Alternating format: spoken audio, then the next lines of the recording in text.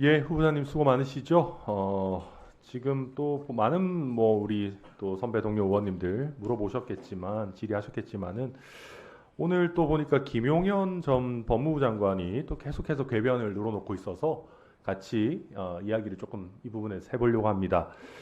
지금 비상계엄 이번 그 선포의 배경으로 한 세 가지 내용을 들고 있는데요. 이게 네. 과연 정당한 목적인지 배경이 될 수 있는지 같이 좀 이야기를 해봤으면 좋겠습니다. 네.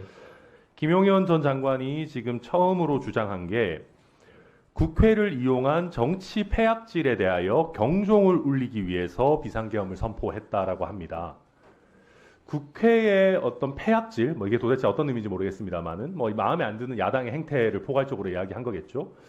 국회의 경종을 울리기 위한 목적의 비상계엄 정당하다라고 생각하십니까? 법적 근거가 있다고 생각하십니까? 헌법 규정이나 개헌법 규정에 비춰보면 뭐 그 부분에 대해서 저뿐만 아니라 국민들이 쉽게 동의하기는 어려울 것으로 생각합니다. 네, 그리고 두 번째로 이유로 든 게 대한민국 선거에 관한 국민적 의혹을 해소하고 규명하기 위함이라고 합니다. 선거에 관한 의혹을 해명하는 것이 비상계엄 선포의 원인이 될 수 있겠습니까? 마찬가지로 쉽게 동의하기는 어려운 말씀입니다.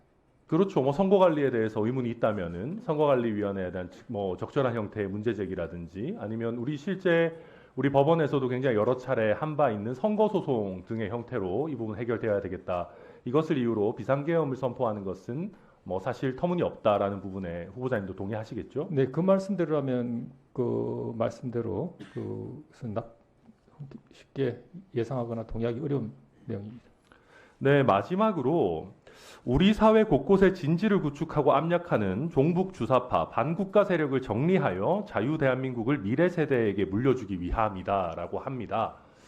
종북 주사파를 정리한다. 이렇게 말씀드려보죠. 당연히 우리 사회에도 아직 간첩이 있을 겁니다. 북한과의 여러 가지 상황, 그리고 또 북한이 아닌 여러 적대국에서 대한민국에서 압력하는 간첩들이 있을 수 있습니다. 그러면 여기에 대해서는 대공수사권을 지닌 수사기관이나 아니면 여러 적절한 형태의 수사와 적발, 그리고 거기에 따른 처벌이 이루어져야 되는 것이지, 이것을 이유로 대통령이 갑작스럽게 종북 주사파의 척결을 이유로 비상계엄을 일거에 선포해버린다. 이게 가능하다라고 생각하십니까? 그 말씀 가지고는 마찬가지 동의하기 어렵고, 아마 그 부분에 많은 정보가 있어서 명확한 구체적 사안들을 탄핵 심판 절차든 거기에서 제시하면서 국가적인 별난 상황에 임박할 정도라고 주장하고 자료를 내시지 않는 이상은 말씀대로 그 말씀 가지고 그게 다라면 쉽게 그렇죠. 말씀드렸던 것처럼 이게 거의 전시나 사변에 준하는 정말 종북 주사파가 어마어마하게 책동을 해서 어떤 국가 전복이 될 위기 상황이라거나 이런 것이 아니라면은 상식적으로 납득하기 좀 어려운 주장이라고 할 수 있겠죠. 네. 예, 그래서 이거 지금 계속 저쪽에서 궤변을 늘어놓고 있어서 저희도 국민들께 좀 가짜 뉴스나 좀 궤변을 바로잡는 것이 필요한데 우리 사법부에서도 그런 역할들을 적극적으로 해주시기를 바라겠고요. 그 다음에 지금 저희가 인사청문회 준비하면서 좀 봤던 개인적인 부분에 대해서 약간 여쭤보겠습니다. 후보자님께서 윤리감사관 시절에 법관과 법원 공무원의 재산 등록 처분 기준을 강화하고 그래서 공직자 재산 등록 제도를 개선했다라고 되어 있는데 맞으시죠? 네, 그런 일들을 주요한 업무로 했었습니다. 예, 그러다 보니까 이제 후보자님도 고위 법관이 되셔서 17년도부터는 재산 공개를 하셔야 되게 됐는데 저희가 최근 10년간 자료를 보니까 14년도부터 24년까지 직계 존속에 대해서는 재산 등록 및 공개를 쭉 고지 거부를 해오신 걸로 확인이 됩니다. 이게 타인 부양을 사유로 정식 심사를 거쳐서 고지 거부하고 있으신 부분 맞습니까? 네, 맞습니다. 예, 그런데 그 제출된 후보자의 근로소득 원천징수 영수증을 살펴보니까 그 14년도부터 20년도까지 타인 부양을 이유로 고지 거부하고 있는 그 직계 존속 같은 경우에 후보자 본인이 부양가족 인적공제를 등록하셨어요. 그래서 매년 250만 원씩 총 1,750만 원 소득공제를 받은 걸로 확인이 되는데 맞으십니까? 네, 맞습니다. 근데 그러면 후보자님, 이게 둘 중에 하나만 해야 되는 거 아닙니까? 그러니까 지금 보면 재산 등록하고 공개하실 때는 타인 부양이다라고 고지거부를 하시고, 반대로 또 후보자 본인의 소득공제를 신청하실 때는 부양가족이다라고 해서 세금 혜택을 받으셨는데 이게 맞는가요? 먼저 타인 부양은 맞습니다.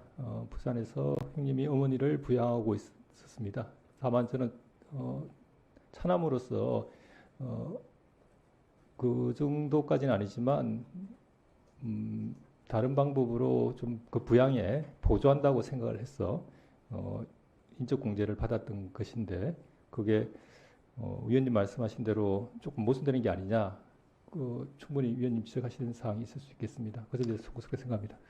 예, 그래서 저희가 그리고 추가로 또 조금 뭐 말씀하신 부분 좀 살펴보겠습니다. 그리고 저희가 지금 인사청문회 준비하면서 조금 황당했던 거는 그 후보자님께서 윤리감사관 시절에 이제 어떤 역할을 하셨는지에 대해서 저희가 뭐 진감법 그리고 청문회법에 따라서 관련 자료를 추가로 이제 대법원에 요구를 했습니다.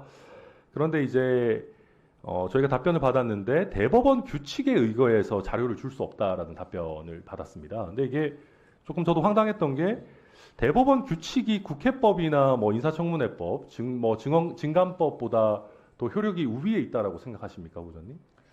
아마 공직자윤리법에 따라서 대법원 내에서도 아마 대법원공직자윤리위원회가 구성되고 관련된 규칙이 있는 것으로 알고 있습니다. 그 규칙상에 아마 상당 부분이 비공개로 돼 있으니까 위원님 요청하신 자료에 성실한 답변을 못했던 것 같습니다.